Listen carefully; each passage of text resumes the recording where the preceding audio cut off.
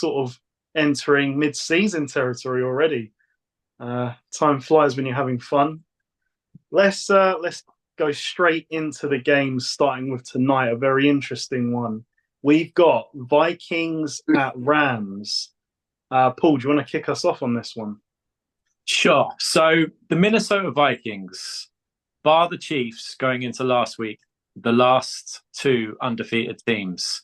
Now, they didn't lose much in defeat to the Lions, and were it not for the Lions being so high-powered on offense, I think the Vikings could have pulled off a monumental win in division, and they came really, really close to it.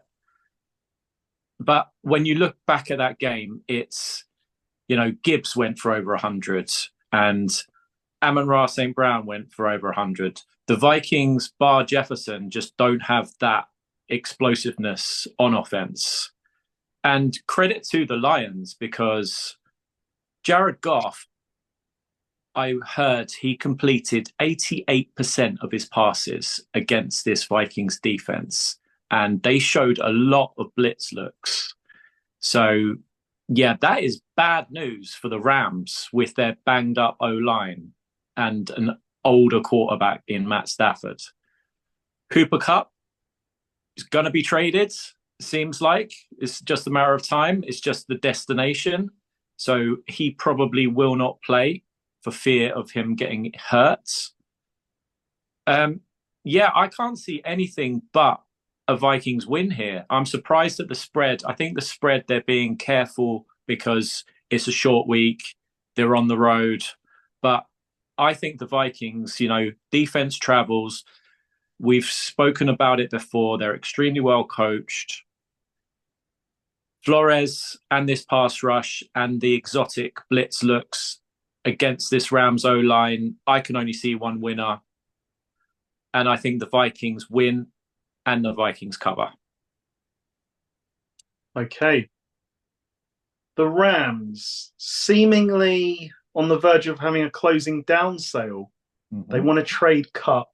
They want to trade Stafford, maybe. I am quite shocked by that. I know that they probably come to the realization that this team is not going to go to where they want it to go. And I get the logic in that regard, but surprising.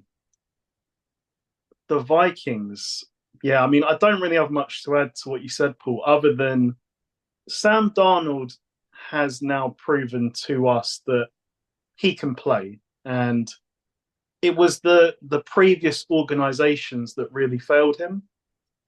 But that's the type of game where you see that Sam Darnold has a ceiling, because if the Vikings really want to be a true contender this year, I'm not sure that Sam Darnold can take you there.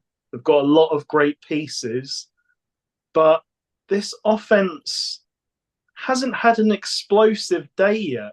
Like, Justin Jefferson has had one 100-yard receiving game against the 49ers where he got that on basically one play. Yes. So, it does ask you the question, why is that? Why is he not having those games that he was before? I know he's getting a lot of attention.